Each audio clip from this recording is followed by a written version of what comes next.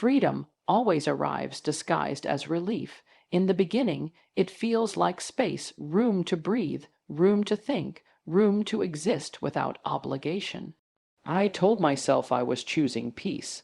I convinced myself that independence meant strength, that stepping away meant growth. And for a moment, it worked. The silence felt clean, the nights felt open. I mistook the lack of responsibility for emotional clarity. But freedom without grounding doesn't stay light forever.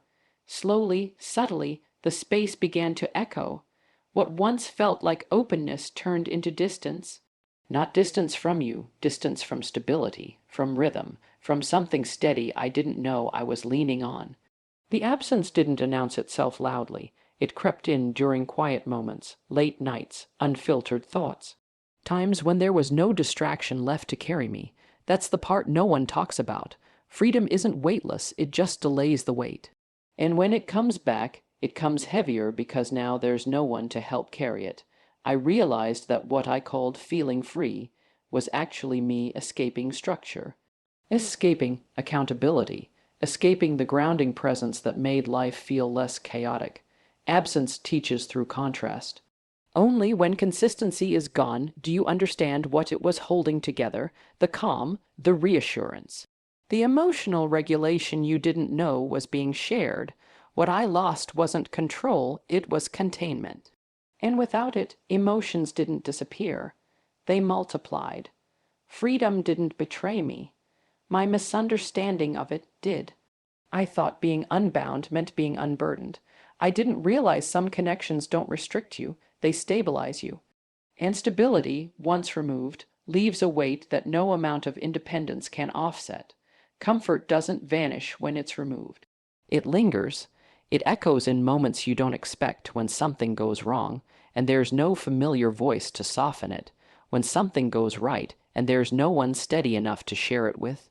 I used to think comfort was passive, something that simply existed in the background. I didn't see the effort behind it. The emotional presence, the quiet consistency. Your comfort wasn't loud.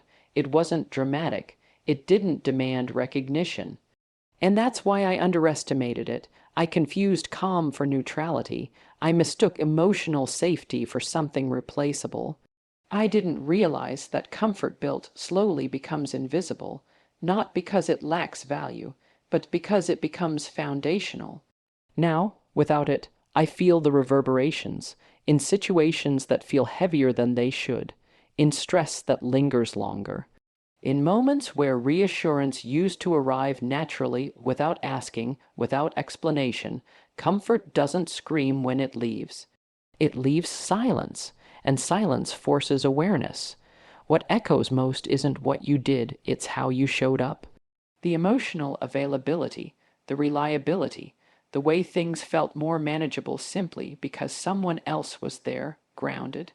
I didn't have to perform strength when comfort existed. I didn't have to carry everything alone. Echoes are reminders, not of loss alone, but of presence once taken for granted. And that's the part that hurts quietly. Not regret, not longing, awareness, the realization that some forms of support don't announce their value until they're gone. And by then, the echo is all that's left. I didn't realize how much emotional weight was being shared. Not fixed, not solved, shared. You didn't remove my burdens, you helped distribute them, and when you left, the weight didn't disappear. It consolidated. Everything came back to me at once. That's when responsibility stopped being theoretical. I had no buffer, no emotional margin, no one quietly holding space when I was overwhelmed. I had to sit with my emotions fully, no deflection, no handoff. And that's where the pain started, not because I was abandoned, but because I was exposed. Facing yourself without support is confronting. You see patterns you avoided, emotions you outsourced, reactions you softened because someone else was steady when you weren't. I realized how much I relied on emotional regulation I didn't consciously acknowledge, not dependency, interdependence. And losing that forces growth, but it also forces discomfort. This pain isn't about blame.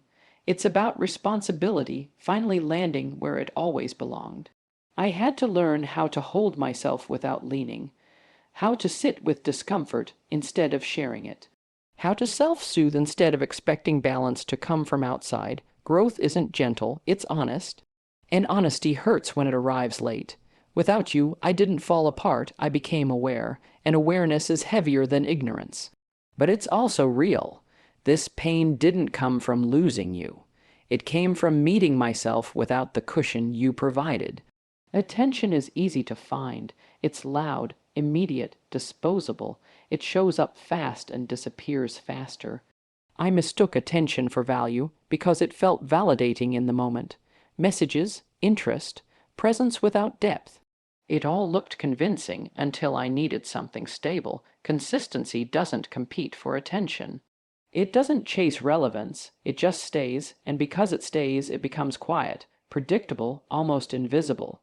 I didn't realize how rare that was because rarity doesn't advertise itself. It reveals itself through absence. Anyone can be interested when it's convenient. Few remain present when it's ordinary. Fewer still when it's heavy. That's the difference I didn't understand until it was gone. Consistency isn't exciting, it's anchoring. And anchors only matter when the water gets rough. I'm not hurting because I want you back.